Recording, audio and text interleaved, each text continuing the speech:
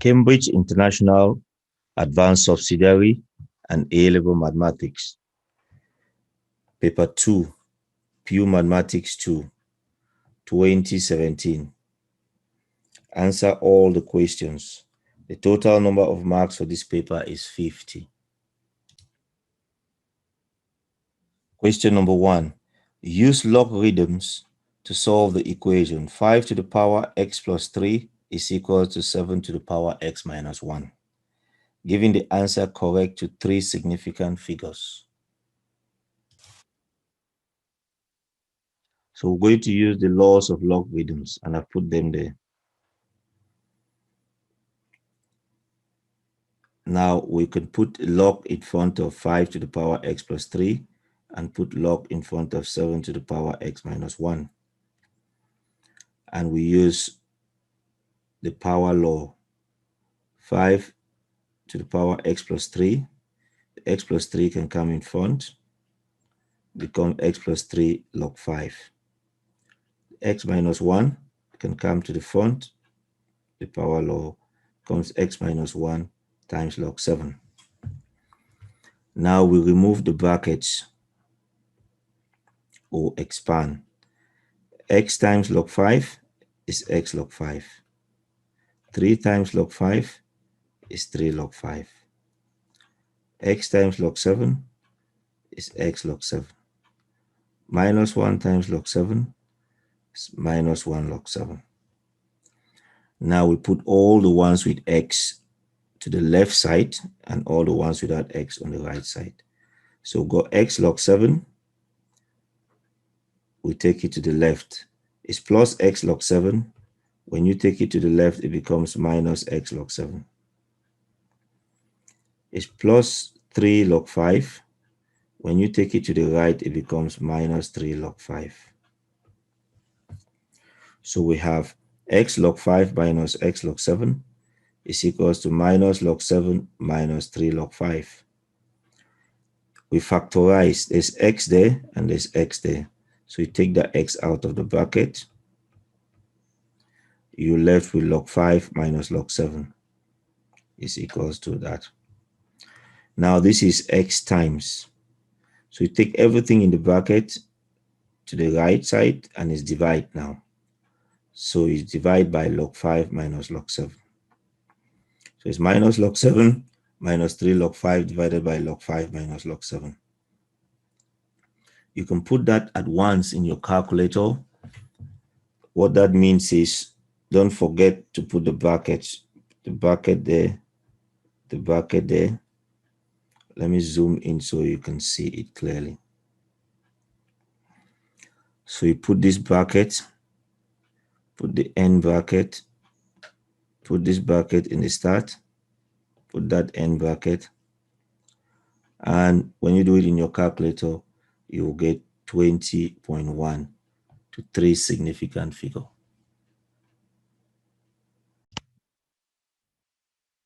Question number 2.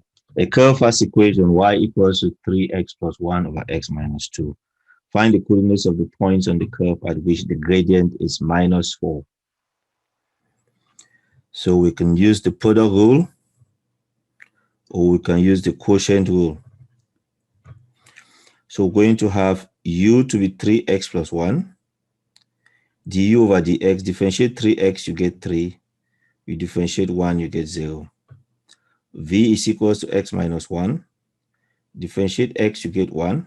Differentiate minus 5, you get 0. So applying the quotient rule, du over dx is 3. dv over dx is 1.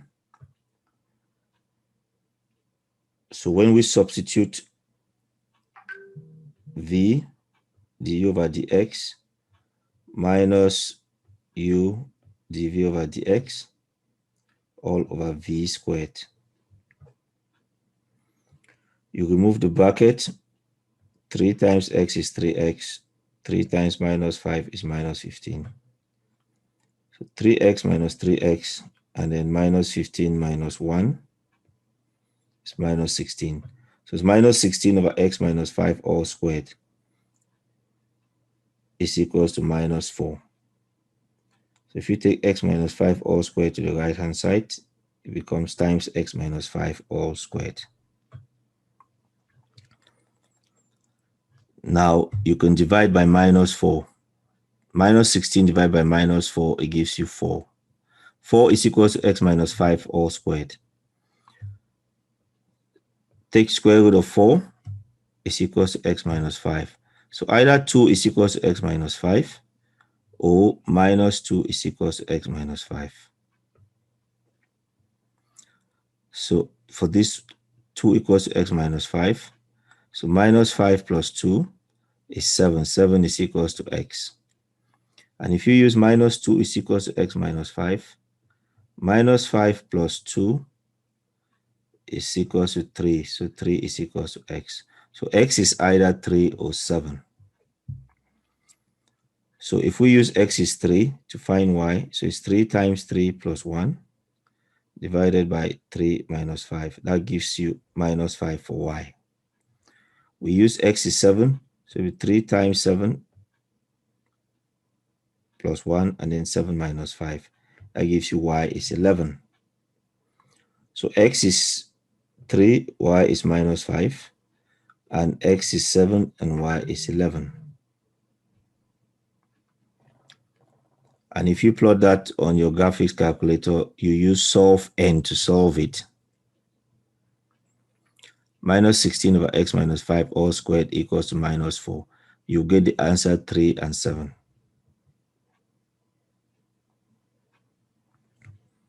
And you also plot in the calculator, you see the shape of the graphs. Question number 3. Express 8 sine theta plus 15 cos theta in the form r sine theta plus alpha, where r is greater than 0 and 0 degrees less than alpha less than 90 degrees. Give the value of alpha correct to 2 decimal places. So we're going to use this addition or compound formula. So it will be sine r sine theta cos alpha plus r cos theta sine alpha. So we're using this one. Sine theta plus alpha. So that means 8 sine theta plus 15 cos theta is equals to r sine alpha, r sine theta cos alpha plus r cos theta sine alpha. We compare the coefficients. So 8 is equivalent to r cos alpha because there's sine theta in front there and sine theta in front there. So that means the 8 is equivalent to r cos alpha. So you write r cos alpha equals to 8. Plus 15 cos theta. There's cos theta here. There's cos theta here. So the coefficient, that means 15 is equals to r sine alpha. So 15 is equals to r sine alpha. So you got two equations, 1 and 2. So you can see I put the line there to compare the coefficients. Equation 1 divided by 2, r sine alpha divided by r cos alpha is equals to 15 divided by 8. The r's will cancel. Sine divided by cos, it gives you tan alpha. Tan is 15 over 8. Alpha will be inverse tan of 15 over 8, which gives you 61.93 to 2 decimal places, because I want you to give your answer to 2 decimal places. Now we square equation 1 plus equation 2. R squared sine squared alpha plus r squared cos squared alpha equals to 15 squared plus 8 squared. 15 squared plus 8 squared is 289. Sine squared alpha plus r cos squared alpha is 1. R squared is common, you factorize. So r squared is 289, r is square root of 289, which is 17. So you can write it as r is 17, alpha is 61.93. Hence, means use your answer from before, solve the equation. 8 sine theta plus 15 cos theta equals to 6. So you replace 8 sine theta plus 15 cos theta with 17 sine theta plus 61.93 equals to 6. divide by 17, and then find inverse sine. So you got theta plus 61.93 equals to 20.66. Because it's sine, you go into the second quadrant, 180 minus 20.66, it gives you 159.33. And you can use 360 plus 20.66, it gives you 380. So let's do the first one. You solve this first,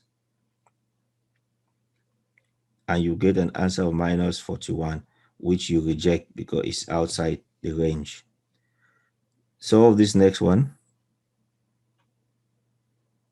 You get theta to be 97.4. And then after you solve this third one, you get theta to be 318.7. So these are the two answers which are between 0 and 360. If you have a graph of sine and then the line 66 over 17, which is about 0.4, you see the answers 1, 2, 3, where they meet. So that's where we got the 20.6 there. That's where we got the 159 there. And that's where we got the 380 from. So you see this again. Where they meet, that's what the 20.7 there. That's the 159. And that's the 380. Question number 4. By sketching a suitable pair of graphs, show that the equation ln x is equals to 4 minus a half x has exactly one real root alpha. So when you use y equals to ln x and then 4 minus a half x, ln x is equals to the blue graph. 4 minus half x is equals to the red line. And you put your scale from minus 10 all the way to 10. And the y from minus 10 all the way to 10. So you can see it clearly. And you can see the one point of intersection, which is x is 4.84 and y is 1.57. Verify by calculation that 4.5 is less than alpha is less than 5.0. So what you want to do, you want to consider the sign of this function. So put x equals to 4.5.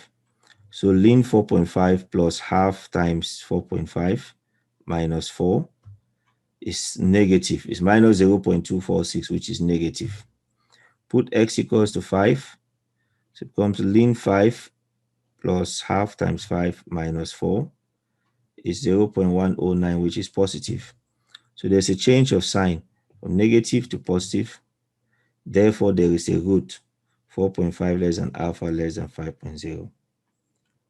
So it goes from negative to positive. And you can see 4.8 there where they meet, and y is 1.5. Use the iterative formula to find alpha correct to 2 decimal places. Give the results of each iteration to 4 decimal places. Question number 5. Find integral of tan squared x plus sine 2x dx. Replace tan squared x with sec squared x minus 1.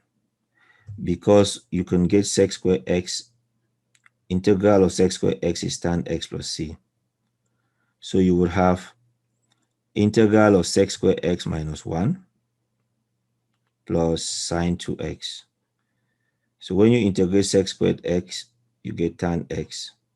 When you integrate minus 1, you get minus x. Integrate sine 2x. Differentiate 2x, you get 2. So you divide by 2. And then there's minus, and then cos 2x. So it's tan x minus half cos 2x plus c. 5b. Find the exact value of integral from 0 to 1, 3e to the 1 minus 2x dx. When you differentiate 1 minus 2x, differentiate 1, you get 0. Differentiate minus 2x, you get minus 2. So you divide by minus 2. So it's 3 times 1 over minus 2 e to the 1 minus 2x. You sub in 1 and you sub in 0. So you put 1 there and you work out the value. So you got minus 3 over 2 e to the minus 1. And then you sub in 0. Minus 3 over 2 times e to the 1 minus 0, which is e to the 1. And the minus becomes a plus. So it's minus 3 over 2 e to the minus 1 plus 3 over 2e.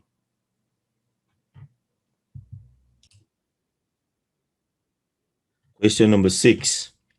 Find the quotient and remainder when this expression is divided by x squared minus x plus 4. You get a quotient and a remainder. So it's good to understand this. For example, parts of a division. Say 11 divided by 2, you get 5, remainder 1. So 11 is the dividend, 2 is a divisor, 5 is a quotient, and 1 is a remainder. If you put it in this other way, 11 is the dividend, 2 is a divisor, 5 is a quotient, and 1 is a remainder. So let's do that. We put that expression divided by that.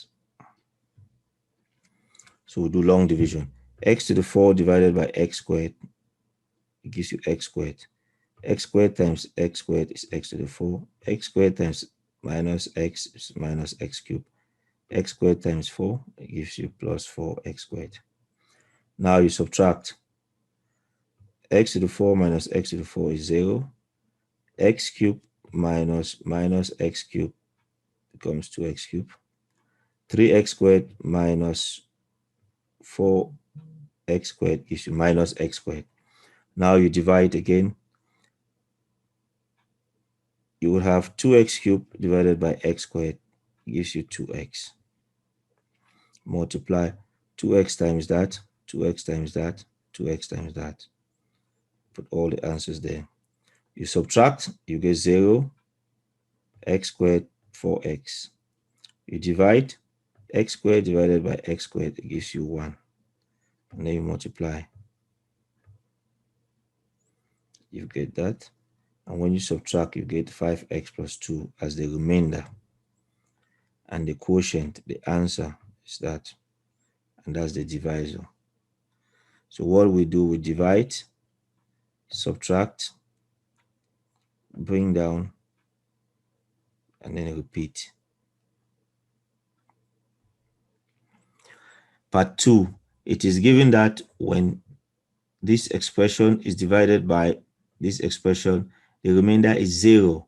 Find the value of the constants p and q.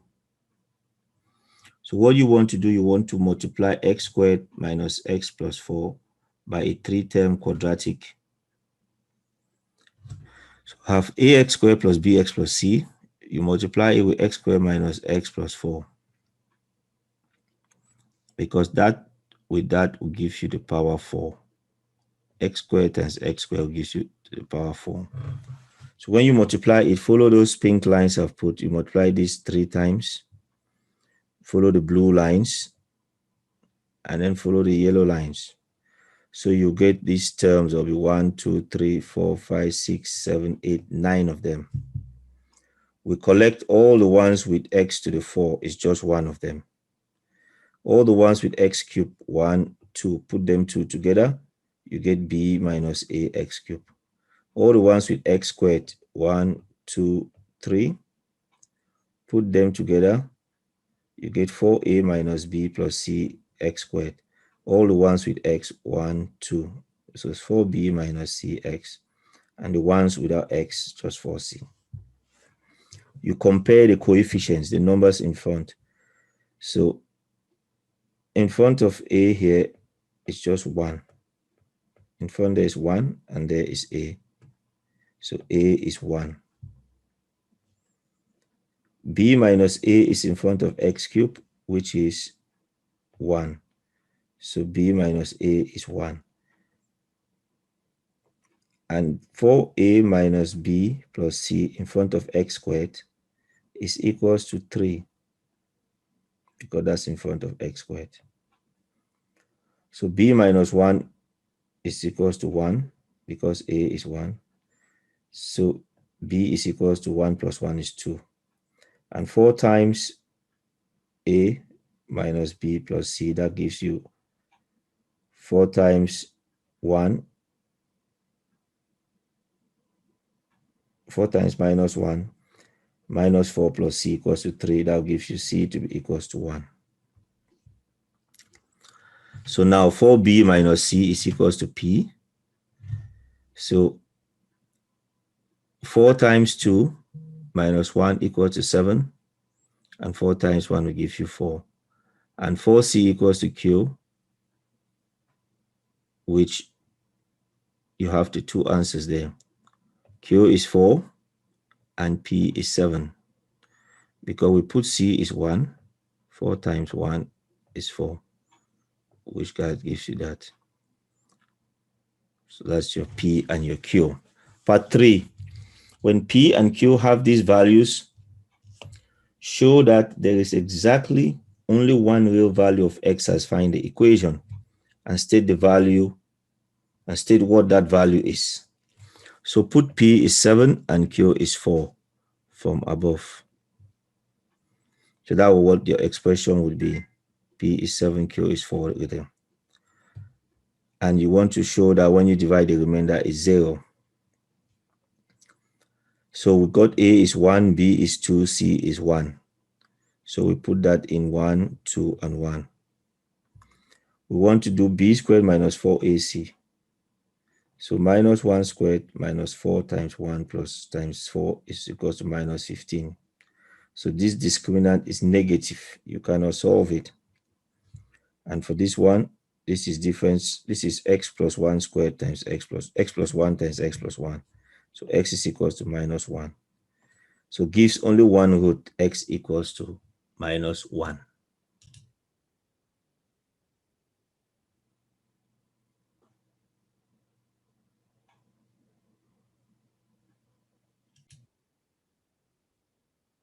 Question number 7. The parametric equations of a curve are x equals to 6 sine squared t and y equals to 2 sine t plus 3 cos t. The curve crosses the x-axis at points B and D, and the stationary points are A and C, as shown in the diagram. Part 1. Show that dy over dx is equals to 2 over 3 cot 2t minus 1. We're going to use the double angle formula. So first, we have to write cos 2x is 1 minus 2 sine squared x. So cos 2a is 1 minus 2 sine squared 2a. So that's similar. Cos 2x is 1 minus 2 sine squared 2x. So if we take cos 2x to the right and take minus sine squared x to the left, so you have 2 sine squared x is equal to 1 minus cos 2x. So we know x is equal to 6 sine squared. 6 is the same as 3 times 2. Very important. 6 is the same as 3 times 2. So now we can replace 2 sine squared with 1 minus cos 2x. So x will become 3 times 1 minus cos 2t. Remove the bracket, it becomes 3 minus 3 cos 2t. Now we differentiate dx over dt. Differentiate 3, you get 0. And then you differentiate minus 3 cos 2t, you get minus 3 times 2 times minus sine 2t, which will give you 6 sine 2t. So 6 times 2 sine t cos t. So dx over dt is 12 sine t. 6 times 2 is 12. 12 sine t cos t. Y is equals to 2 sine 2t plus 3 cos 2t. dy over dx, it will give you 2 times 2 cos 2t plus 3 times 2 times minus sine 2t. 2 times 2 gives you 4, so 4 cos 2t. 3 times 2 gives you 6 minus 6 sine 2t. So dy over dx is given by dy over dt divided by dx over dt. So you have dy over dt there divided by dx over dt. So we have dy over dx, we can separate it. 4 cos 2t divided by 6 sine 2t minus 6 sine 2t divided by 6 sine 2t. So I have two fractions. 4 divided by 6 is 2 over 3. So we have 2 over 3. Cos divided by sine, it gives you cot 2t. And 6 sine 2t divided by 6 sine 2t, all of that is 1. So that's why you get that.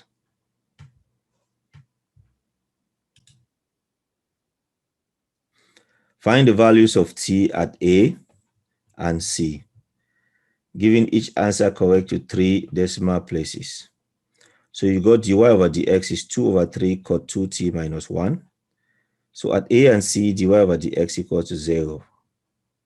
Put that equals to 0. Minus 1 goes to the right, it becomes 1.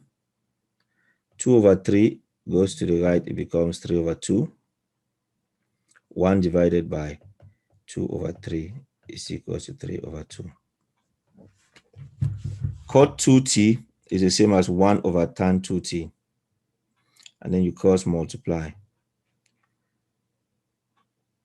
3 times tan 2t is equals to 2.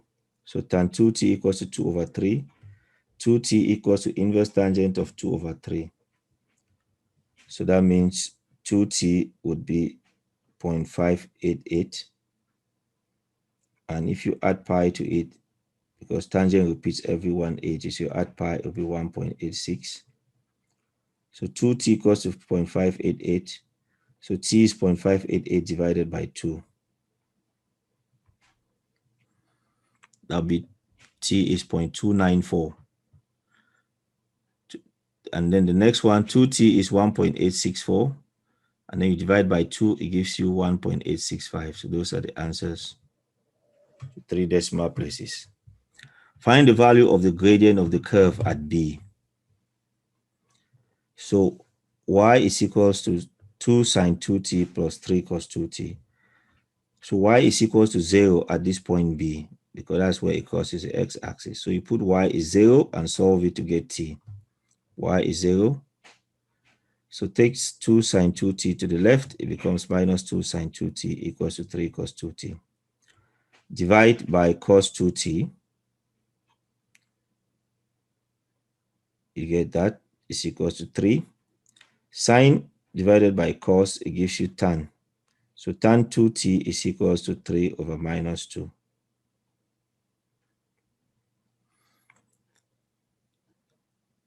So dy over dx is 2 over 3 times 1 over tan 2t minus 1.